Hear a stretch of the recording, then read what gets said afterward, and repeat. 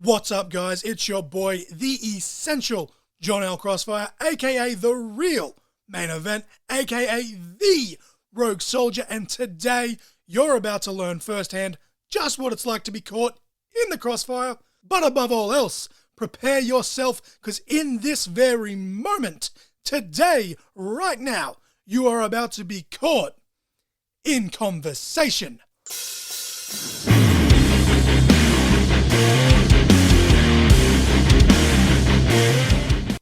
Welcome, ladies and gentlemen, to episode 47 of Caught in Conversation. I hope everyone's doing well. It's been a pretty hectic few days for me as I record this. I was originally meant to be doing a watch-along of the PWA Rumble with Mrs. Crossfire, but I thought it was on Friday. Turns out it was on Saturday, so that was out the window.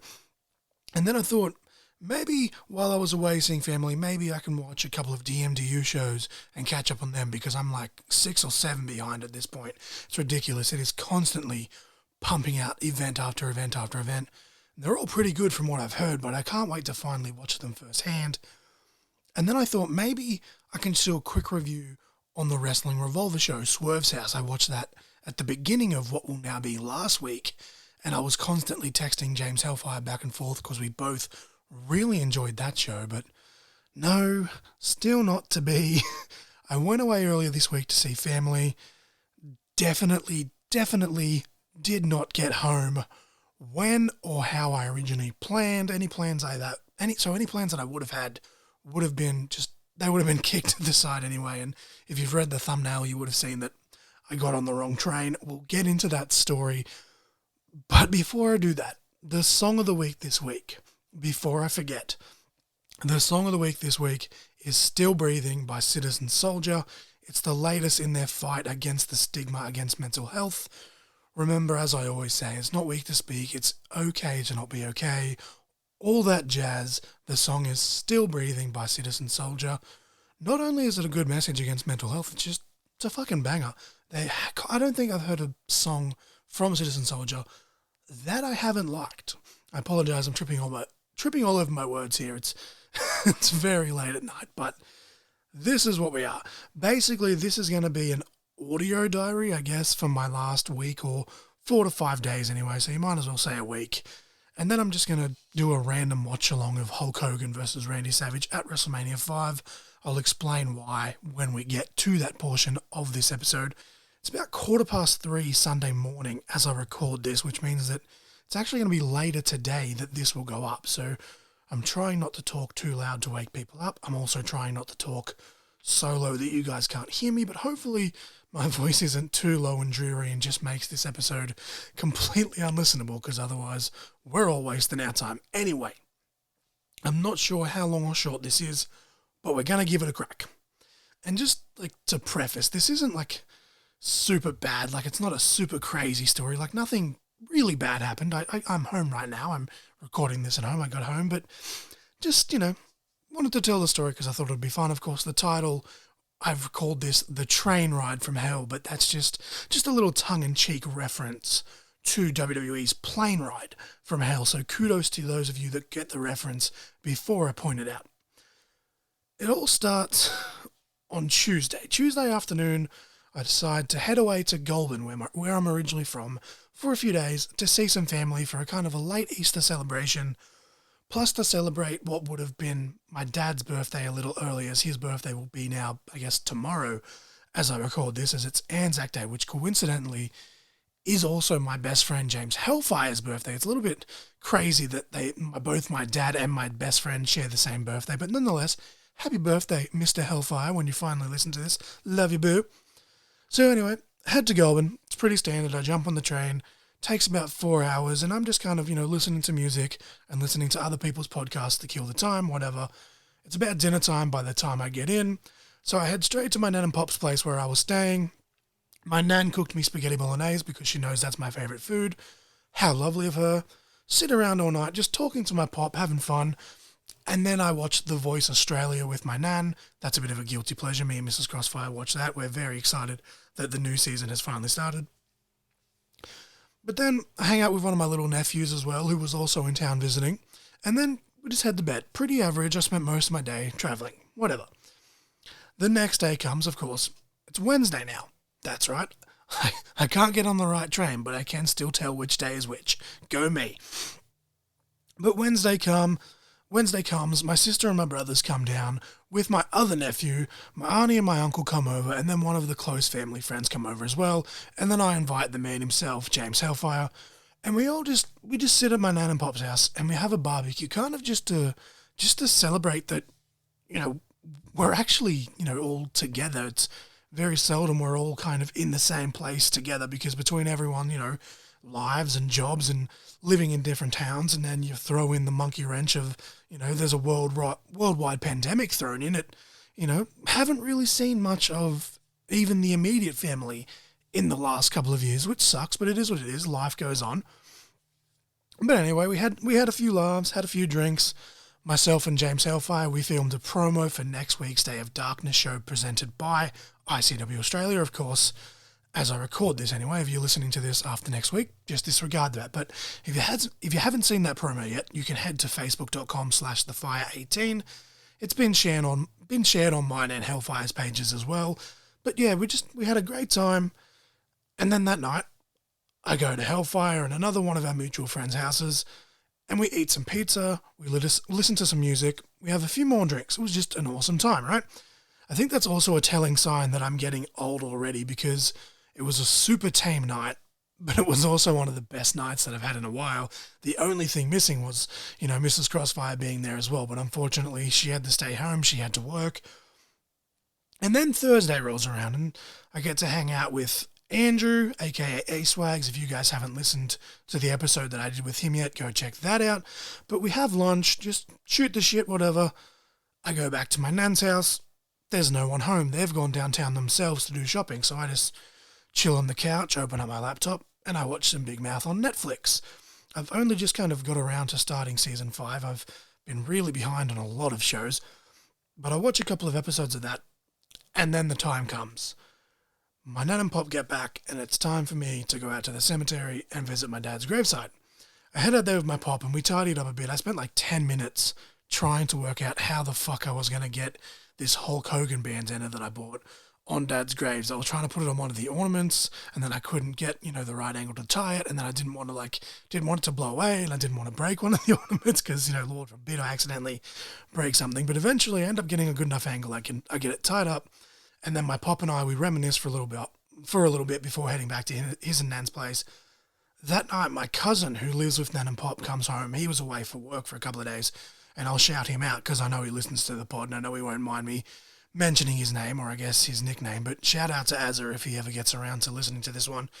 He and I, we talked in his room for what I thought was only an hour, maybe an hour and a half at most, but when I worked out the times, we were actually talking for almost 3 hours, and we were just watching old wrestling clips and just talking shit about wrestling in general. We watched a little bit of 80s, or talked about a bit of 80s, sorry.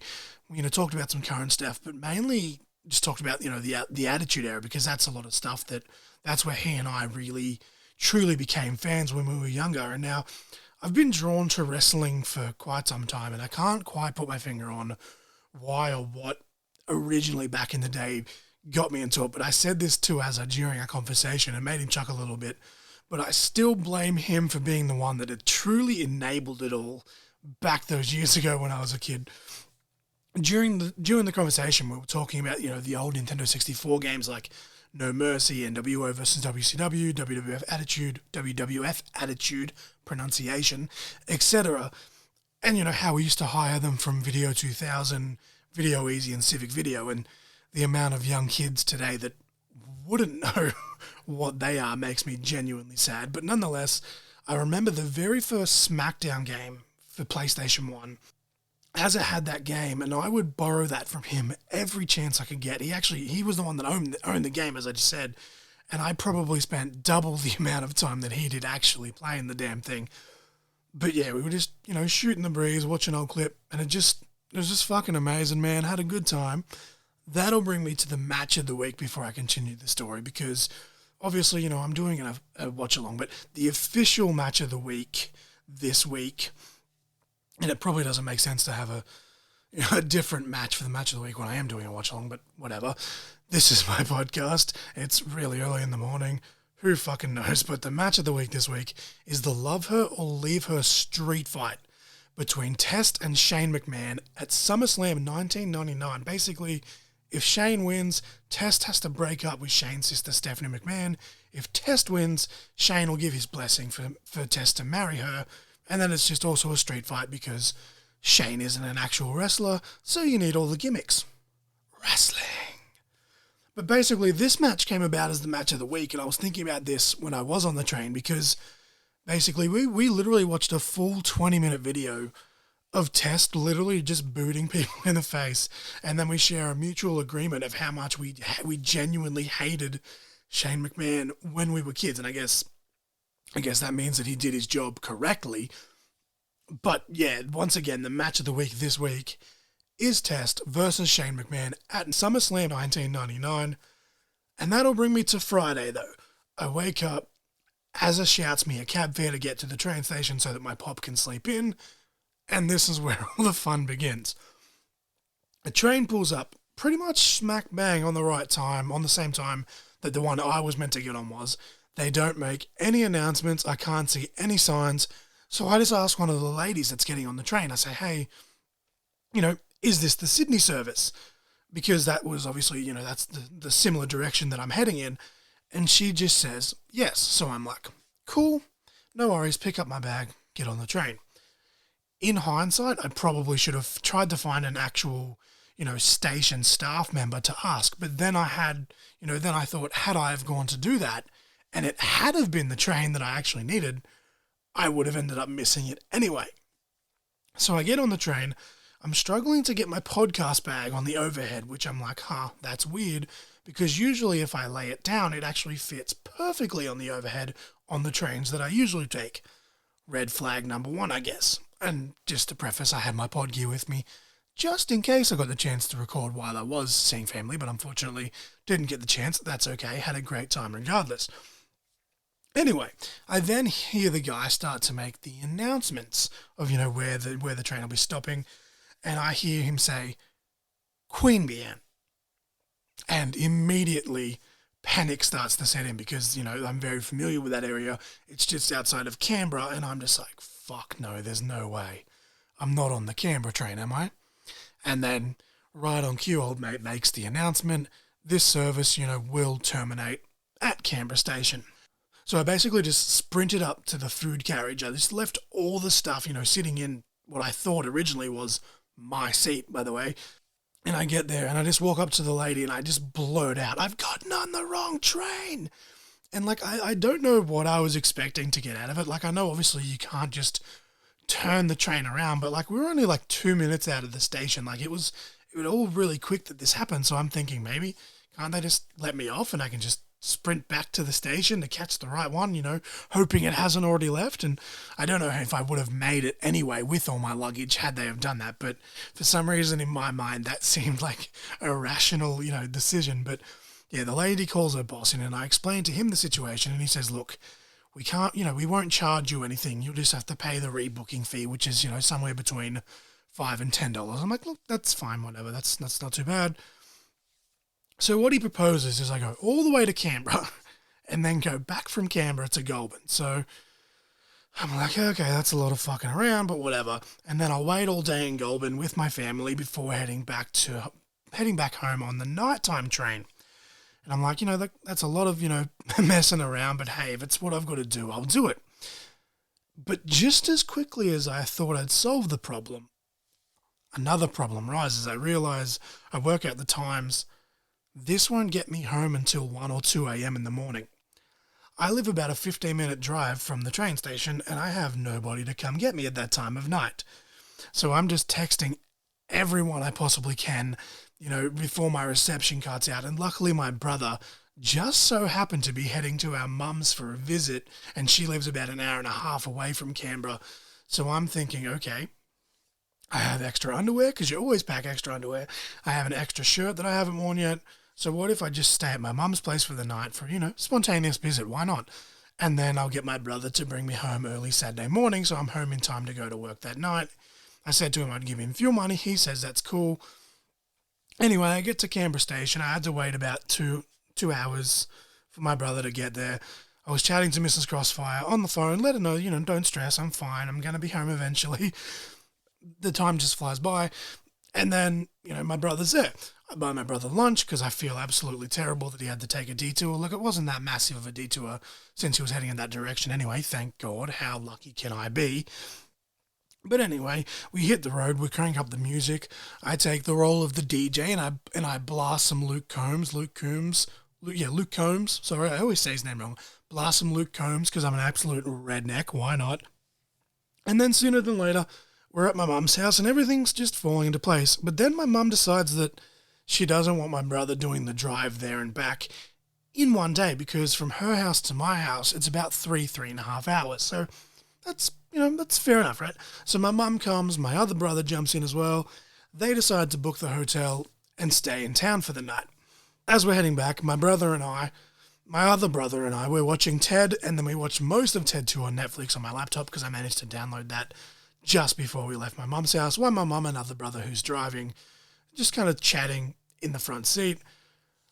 I finally got home late that night. I realized it had been probably just on 12 hours all up for me that I'd been traveling. So I give Mrs. Crossfire the biggest kiss and hug because I was just so relieved, all that stress. I was finally home in my own house. Like, should have only been a 4-hour trip by train and only takes two and a bit hours if you're driving. So if we had planned it better, I could have just went directly, realistically, with my brother anyway, but whatever. He could have gone from Goulburn to taking me home and then not having to go to Canberra and then heading to my mum's house from my house, but whatever, it is what it is. We have some dinner, Mrs. Crossfire goes to bed. I'm finally able to sit back and relax. So I just play a shit ton of Hot Wheels Unleashed until like 4 in the morning. The new Monster Trucks expansion is fucking awesome, by the way. And then I finally go to sleep as the birds are finally start to chirp. Whatever, I was just running on fumes at that point. There was no way I would have been able to sleep without trying to play my game or something to unwind in the first place. But then I get up, and now it's Saturday. So I'm like, hey, look, I'll shout my mum and my brother's lunch before they head back to their place. Because, I just want to say thank you again for all the fucking around and all the driving and whatever else. I come home, I have a nap, and then I head to work. So now I go to work, and then I come home and have dinner, Mrs. Crossfire goes to bed, and now here I am. It was just me waffling on for, 15-ish minutes, but yeah, every time someone was, I had all these family members asking me, how'd you get on the wrong train? And I asked the lady if it was this service. She said yes, and looking back, I realise now that the confusion was that it's the Canberra to Sydney service or Sydney to Canberra service, vice versa. So me just saying, is this the Sydney service? How is that poor lady to know? I said this to Mrs. Crossfire. I said, what if she got on the wrong train? What if that's the reason she said yes? What if she was heading to Sydney, not to Canberra? But yeah, that's what happened. I piss-farted around. I got home 12 months? Jesus fucking Christ. 12 hours later than I was originally planned. All my plans got fucked around. I'm absolutely exhausted, but I'm running on fumes. I had, it is what it is. Hopefully you guys got some sort of, enjoyment or laughter out of that little story. But yeah, that concludes the train ride from hell. And now I'll go over and I'll try and amuse myself while amusing you guys and do my little watch along of Hulk Hogan versus Macho Man Randy Savage at WrestleMania V. The Mega Powers explode. I'll be honest with you guys, I don't know why I just did the transition sound, because it's only been a few minutes, since I just finished telling that little story as I was setting up my WWE network, but here we are. I was trying to go for some sort of continuity or something like that, whatever the professionals say, but I'll probably do it again after the watch-along, to be honest, because why not? So basically, although I've given you guys a different match for the match of the week this week, I wanted to do this watch-along kind of like a tribute to my dad, because it would have been his birthday. As I said, it would have been, tomorrow as I record this, but he was a massive mark for Hulk Hogan, as, that was his generation. And then when I go back and watch that generation myself, I was a huge mark for Macho Man Randy Savage, he became my second favorite wrestler of all time. And I used to give my dad hell about how much better than Hulk Hogan that I thought Randy Savage was, and I still do. But without further ado, I'm gonna hit play. I'm starting from the point where Miss Elizabeth is being interviewed just before the match. I'm going to turn it down just a little bit. But yeah, I'm starting from the starting point where Miss Elizabeth is being interviewed by Mean Gene. So that's at least, a guaranteed 30-ish minutes of the pod, because at least, that's roughly how much is left on the video feed from this point onward. But basically, Miss Elizabeth, for those who don't know, if you haven't gone back and if you haven't seen this story, go back and watch it. But basically, Hulk Hogan, Macho Man, they took for ages trying to kind of gain each other's trust. Eventually, they shake hands. The Mega Powers handshake is like a running joke among lots of people in wrestling. Myself and Nick Maltino, we actually do that almost every time we catch up. But basically, Macho Man and Hulk Hogan become a tag team. But in Macho Man's eyes, or in Macho Man's mind, I should say, Hulk Hogan has lust in his eyes for Elizabeth. So, Days of Our Life, Bold and the Beautiful, Neighbours, Home and Away, I guess, for the Australian people that are listening to this, seeing as how I'm an Australian-based podcast. But, yeah, it's well, this guy's getting all the crowd pumped as we got minutes away.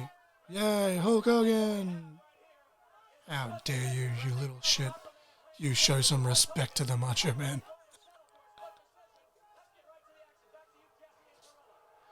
You have to turn it back up a little bit now.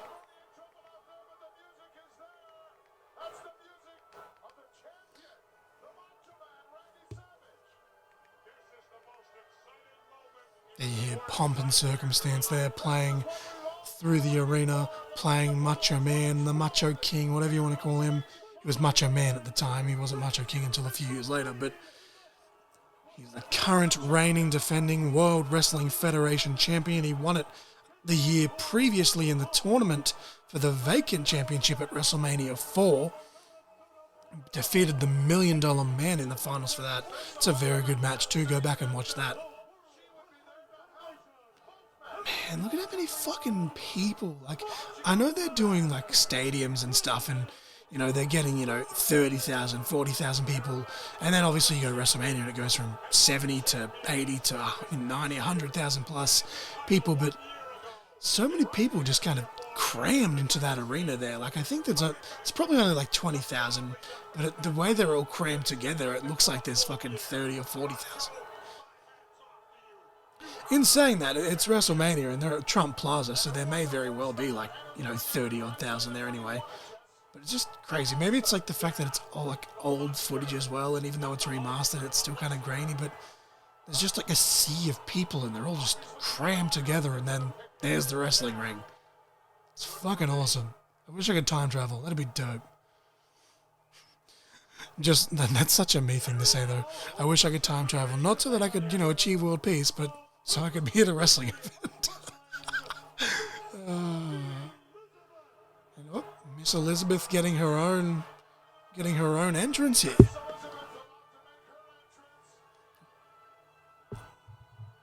Coming back out. I'm pretty sure I just heard this song, did I not?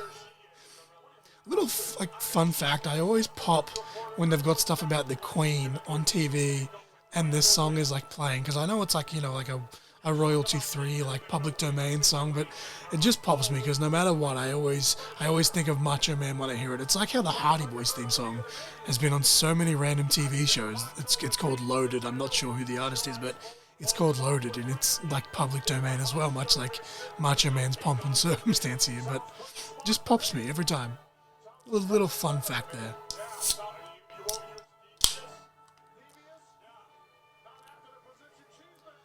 Just cracked open a can of Coke at about 3:30 in the morning, because why not?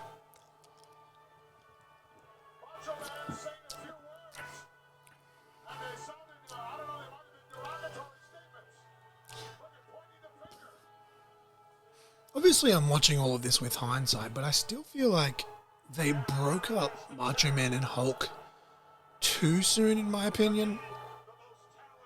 Like, I know, like there was a whole year-long build-up to where, they were basically friends and then eventually they busted up and then they have this match here. But I feel like they could have done more. Obviously, I'm not saying, make them tag team champions because that would have fucking basically killed the tag division, but I just feel like they could have done more. At the very least, had a rematch at kind of like a SummerSlam or something.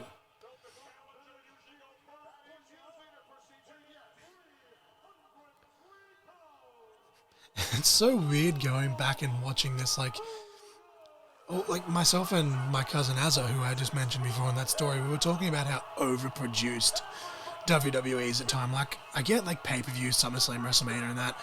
I understand you're having all the bright lights and the hoorah, but like, the fact that they do that every single week on Raw and SmackDown, I feel is overkill. Like, I feel like it needs to be more gritty. And I just love how Hulk Hogan's coming through the crowd. Hulk Hogan's a member of the Shield, confirmed. Hulk Hogan's versus Roman Reigns at WrestleMania 39. No, but I like... It's kind of hard because like I'm talking to you guys, but in effect I'm talking to myself because I'm just in a fucking empty room. But I love how he's just, he's up in the rafters and it's just pitch black behind that curtain. You can't see shit.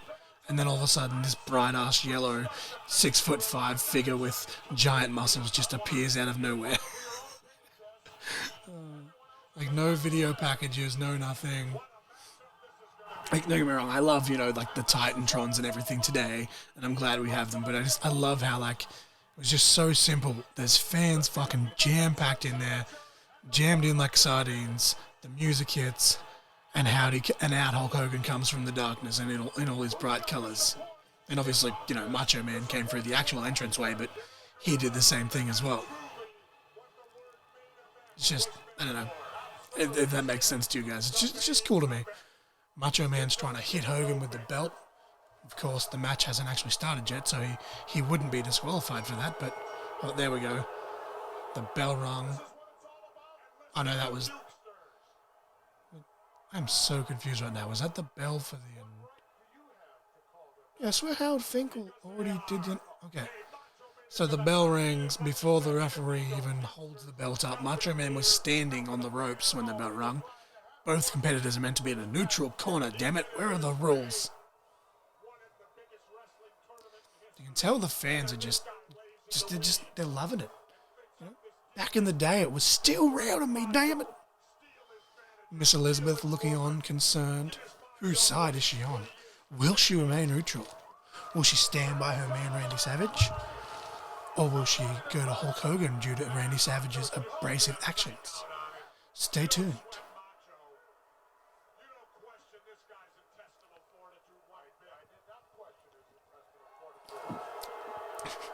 I did not question his testicle fortitude.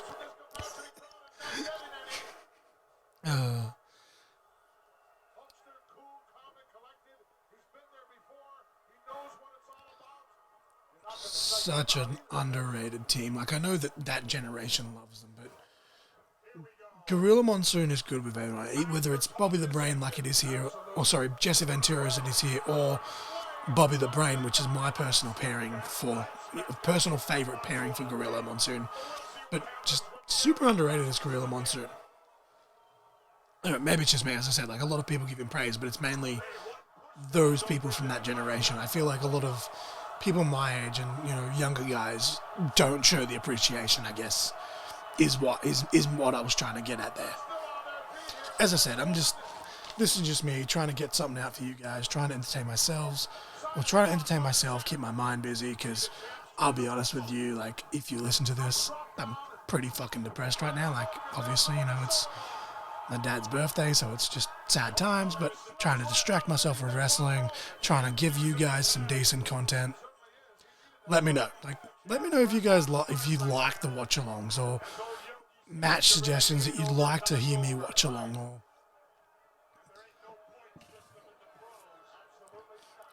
I just burped. Hopefully the microphone didn't pick that up, because I can't edit that out because it's in the middle of a watch-along.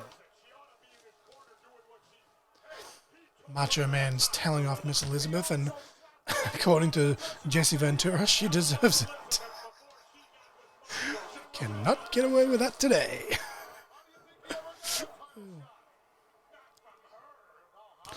Nice cheeky little punch to the head there by Macho Man as he's got Hulk in a headlock. Referee tells him to watch the closed fists, and then it just goes back to the regular headlock.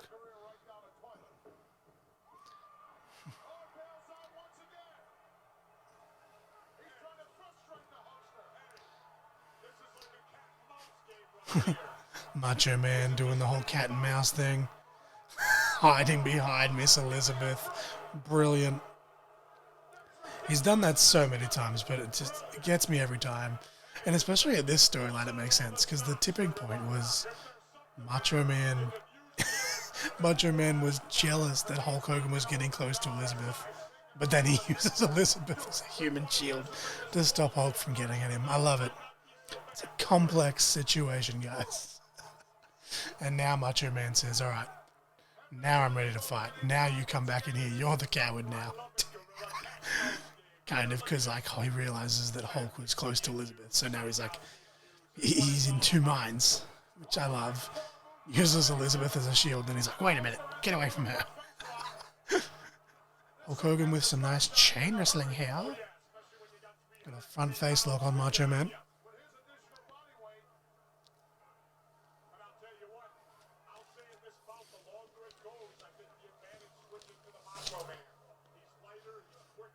When I was a kid, right, and I was watching Hulk Hogan versus Shawn Michaels and Hulk Hogan versus Randy Orton, I should say like early teen, because that was 05, 06, but just before, well, actually, it would have been 11 or 12, like respectively with those matches.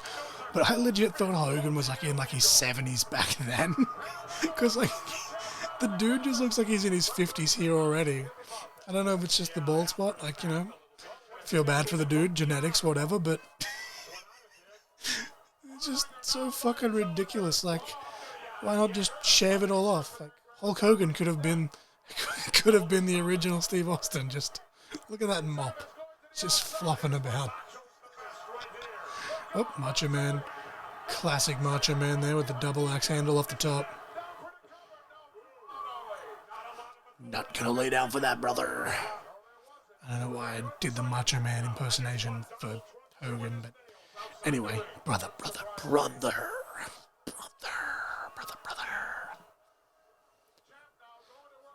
Nice armbar. Hold number 100 and whatever. Armbar. Hold number 200 and whatever. Armbar. I can't quote that promo off the top of my head, but y'all know what I'm talking about. The Chris Jericho armbar promo. Some wrestling by Macho Man Randy Savage. Oh, he's digging the knee into the side of Macho Man's head now.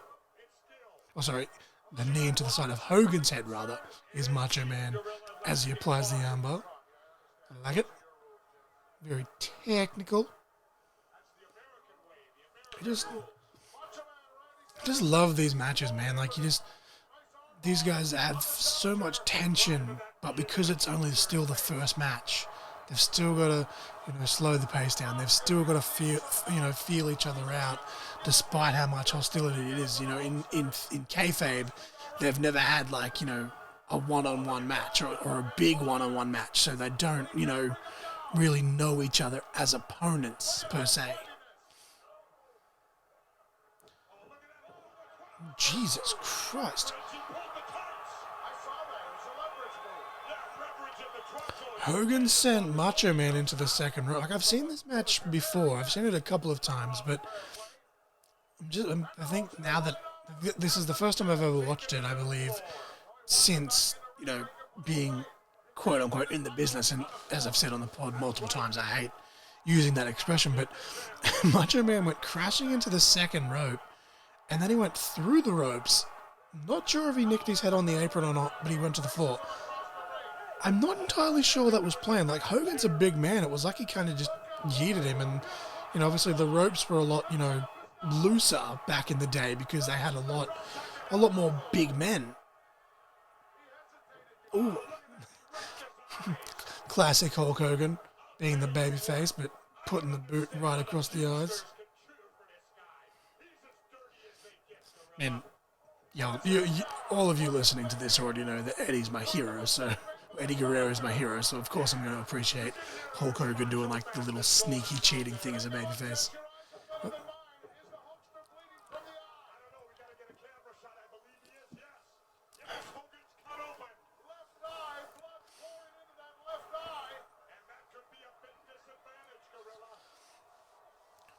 So I'm pretty sure like Hogan's got a bit of blood above his eye. I'm pretty sure that's actually, I think that's actually hard way. It looks like he's just kind of, copped an elbow or a fist or something and it's just knocked the top of it, but I don't know. I'm probably going to have to go back and watch this afterwards because I didn't catch him blading or anything that, unless that's why Macho Man was out of the ring. I don't know. You guys tell me, did Hulk Hogan blade or is he hard weight? Because it looks hard weight to me.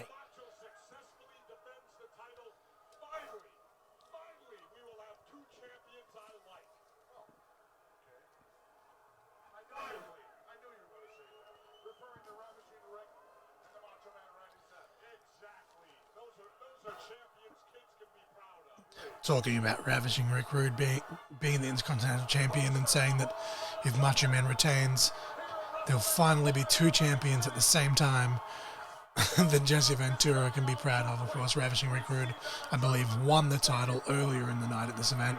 It was actually 23 years ago, earlier this week, that we lost Rick Rude. It's crazy that it's been that long already.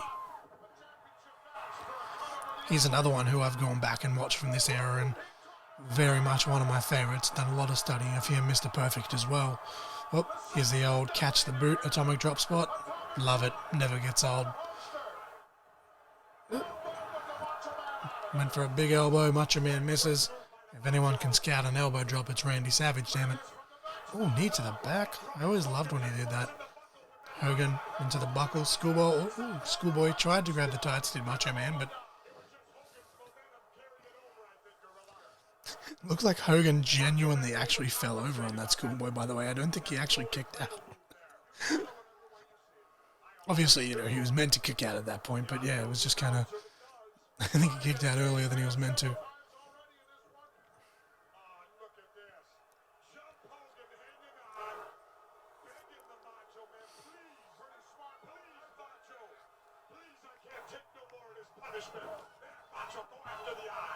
Macho Man has a brilliant working punch.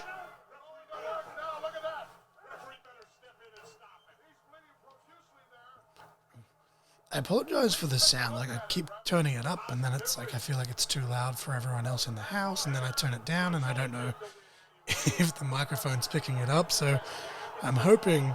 It's always awkward doing these watch-alongs with my headphones on because I can't tell if the sound's being travelled for the recording. So I'm just hoping that there's not minutes of dead silence at times when I kind of start to get distracted.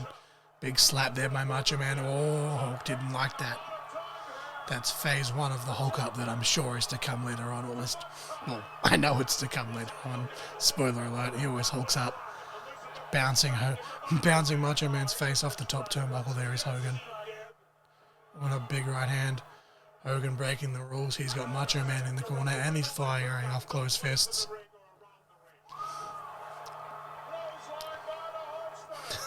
Beautiful sell by Macho Man. He kind of slunk on the top rope from the clothesline, fell down to the bottom, and then eventually, went from the top to the second, then the bottom. That's what I was trying to say, but what is English? My God, Hulk Hogan just scoop slammed Randy Savage over the top rope to the floor. See, if this was my wrestling promotion, that would be an automatic disqualification. And that's not what you want in the main event of WrestleMania. That's one rule that I kind of do wish that they still had. And obviously, in the WWF at this point, they didn't have that rule. Or at this point, I should say, they didn't have that rule. Or maybe they did and they're just being lenient because it's a title match. But, yeah.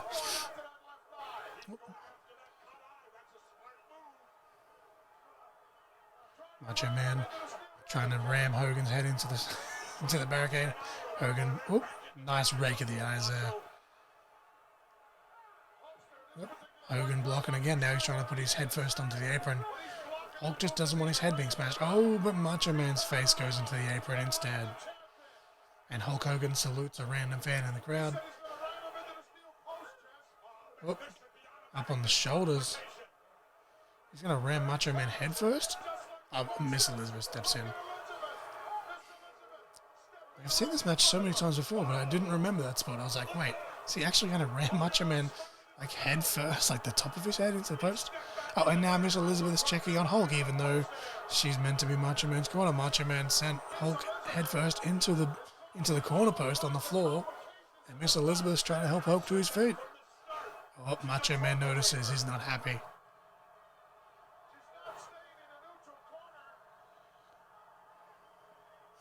Oh, Macho Man's got the finger in Miss Elizabeth's face, telling her, don't do that. How dare you?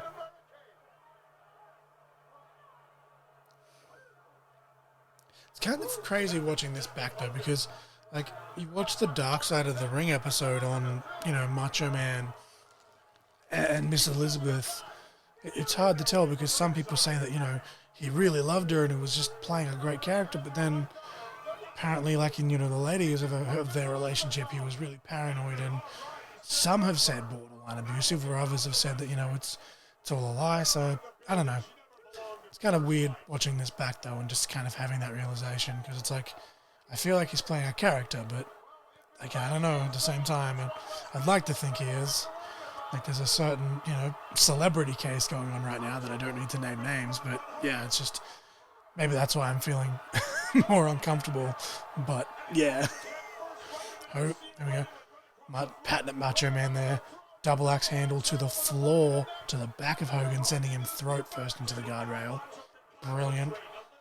Doesn't matter how big you are, you get smacked in the throat, you are screwed. Right in the old Adam's apple. I love that. Macho Man hot shots him across the top rope as he jumps and lands on his feet. He goes from in the ring to the floor, lands on his feet, while hanging them up on the top rope inside the ring. It's pretty cool. Puts all his body weight on Hogan, driving him neck first into the second rope. Classic spot that always works. Elbow to the throat. Referee, that is illegal. That is a man's throat.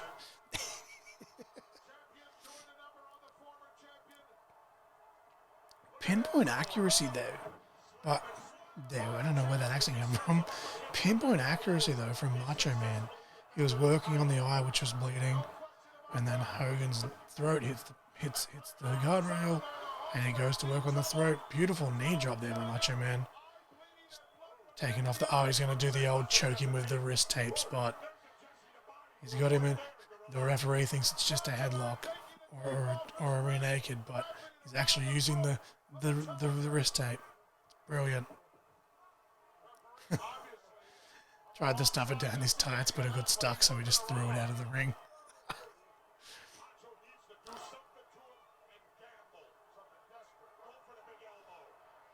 him by the throat here, there's Macho Man.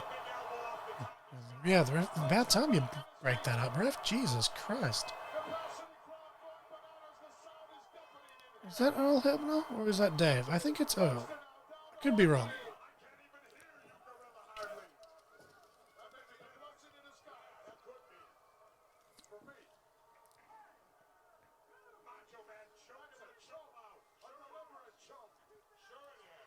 A choke is a choke. Well, you're not wrong. A choke is a choke. Macho Man going up top, looking for that elbow drop after working on the throat of Hogan. Hits the big elbow. Can he do it? Can he pin the Hulkster? Can he pin the Hulkster? 1, 2, now! Oh my God! Back out! Back out! Oh my God! Yes. Hulk Hogan, when he hulks up, he kind of does the heavy breathing thing, but I don't know if you guys have seen, the GIF where he's, blowing, the tips off the flowers. That zoom in they just did. I'm pretty sure this is the exact match that meme is taken from. I've only just realized it. Hulk Hogan's back to his feet, he's shaking, he's waving his finger. He says no. Oh no, Macho Man made the mistake. He threw the right. Hogan blocks. 3 big rights. Hits the boot. It's the, like, Jesus fucking Christ. Like, for all the slack that Hulk Hogan gets, you can see why his hips and stuff are injured from all the years of dropping the leg, because the height that he just got on that leg drop, while he was also running, was fucking insane for a dude that's like 6'5", 6'6" for a shoot. Jesus Christ almighty.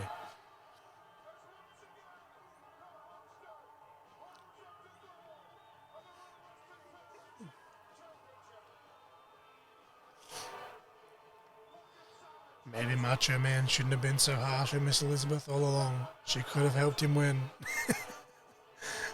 She, of course, had been kicked backstage by this point. I think I glossed over that, my bad.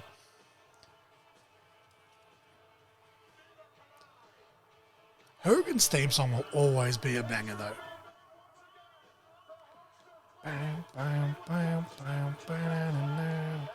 Don't take control for very long.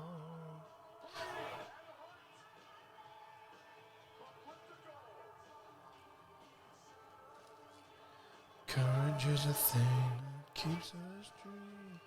I am a real American. Fight for the rights of everyone. I'm just singing along to Hulk Hogan's theme song at like 3:45 in the morning. Don't mind me. Oh shit. 5 to 4. God damn. That match went really quick, like in like all things considered. Now Hogan's got the belt on, he's doing the poses. Brother. Dun, dun, dun, dun. So, like, serious thing, I posted this on Instagram a few days ago. But anyone that does actually listen to this and manages to get all the way through this, if you can point me in the direction of someone that can make me some Hulk Hogan tights, but have them be black and yellow instead of red and yellow, so put the black in place of where the yellow is meant to be, that would be great. Like, I really want to get a pair of tights like that. Like, even if I can't ever wrestle again, I've still got my hopes up. Once I have my surgery, I can get back in the ring eventually. But even if I can't wrestle again, I really would love a pair of tights like that, even just for managing and commentary. Just kind of like as a little tribute, to my dad sort of thing.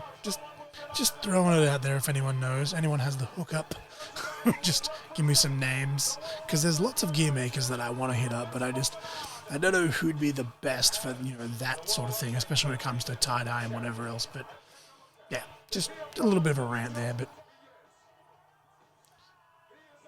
here we go. Hulk's doing the classic ear wind up.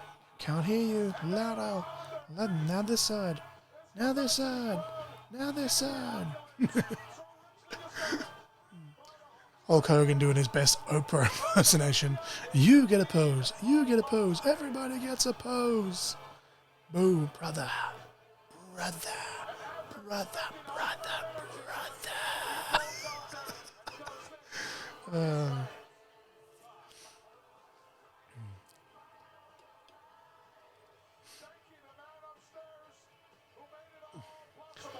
I appreciate like where we are as a society, like with the internet and stuff. Obviously, I'm using the internet to put this podcast out, but I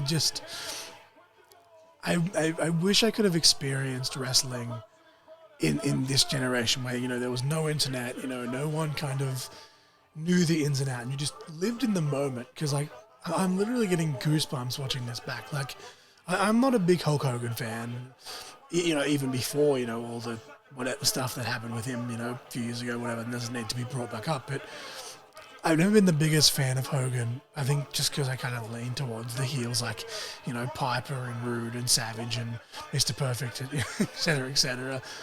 But dude could work a crowd like a motherfucker.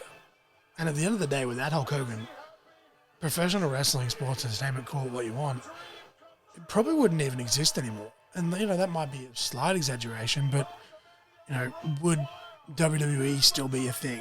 Like, would the WWF have survived? Would AEW have opened? If Hulk Hogan hadn't have risen at the time that he did. Like, I know it's about a bunch of what ifs, but it's kind of crazy.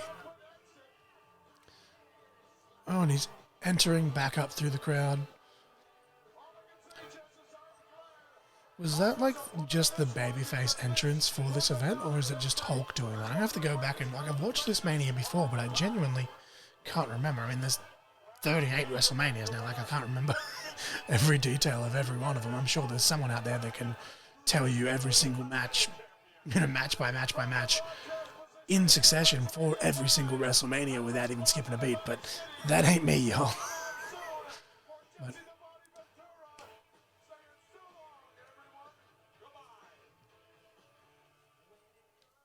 and that will bring an end to that. I still think that Randy Savage is better than Hulk Hogan. That's just me. I hope this random episode, managed to give you guys some sort of enjoyment, maybe an escape if you needed it, or just a laugh at my misfortune. But the song of the week this week was Still Breathing by Citizen Soldier.